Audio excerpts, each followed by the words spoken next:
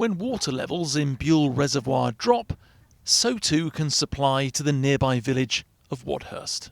I just turn on the tap and realise there is no water coming out of the tap. Things have got so bad, Mary Burstow keeps bottled water in her shed to drink and rainwater in a tank to flush the loo when needed. We never know how long it's going to last for. It could be an hour, it could be 2 hours, or it could be 2 or 3 days.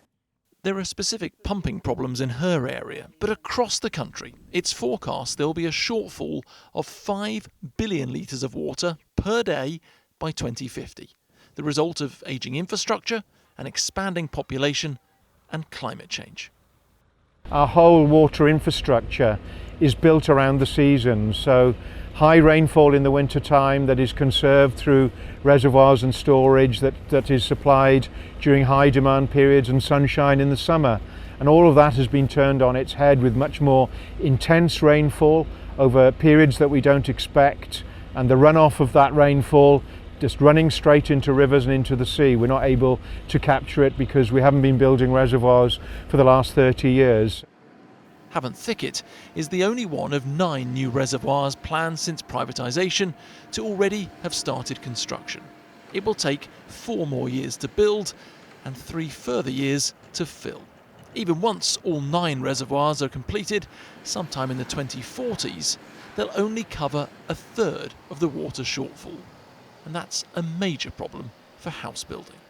The government's target is to build 1.5 million homes in the next 5 years. According to analysis for ITV News by consultants Public First, 27,000 of those are proposed to be built in areas where water is so scarce they won't be able to be built at all, costing the economy £11.7 billion. That problem is already a reality in Hartersmere on the parched Suffolk-Essex border. To protect domestic supply, businesses have been told they aren't allowed any additional water until 2032. We got a letter one morning which said that this moratorium was going to come into existence, and we were then thinking, oh my goodness, this just doesn't work for us at all. At this microbrewery, it takes 5 litres of water to make 1 litre of beer. Expansion plans have had to be shelved. Because we don't know if we can grow, always in the back of our minds that there might be a challenge to us at some stage.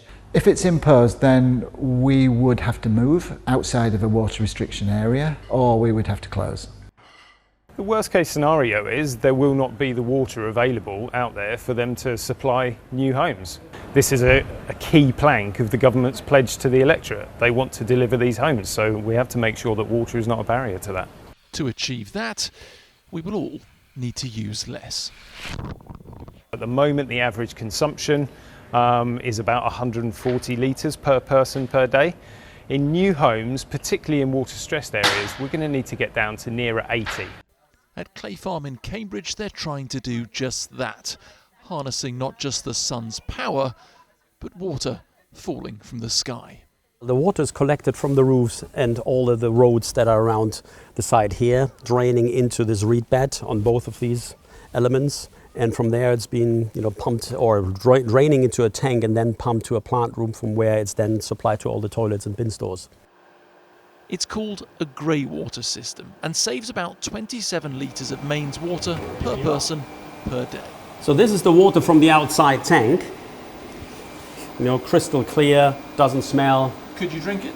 No, that's not for drinking. But perfect for flushing the toilet. toilets. Yeah, if you look at it, it's perfect. Nobody would know that it's not drinking water. Lutz believes developers should be forced to install something similar in all new builds. You go across the channel. Belgium has mandatory rainwater harvesting already for 20 years. And they have massive reduced flood issues and water consumption. So what's holding us back? Short-term thinking, operational cost of buildings are not considered. And of course, regulations need to be in place. That may be at odds with the government's streamlining of planning rules to speed up building, particularly in areas around Oxford and Cambridge, which are already struggling with water supply. Campaigners say without major improvements in infrastructure and efficiency, government growth is in danger of drying up. Martin Stew, ITV News.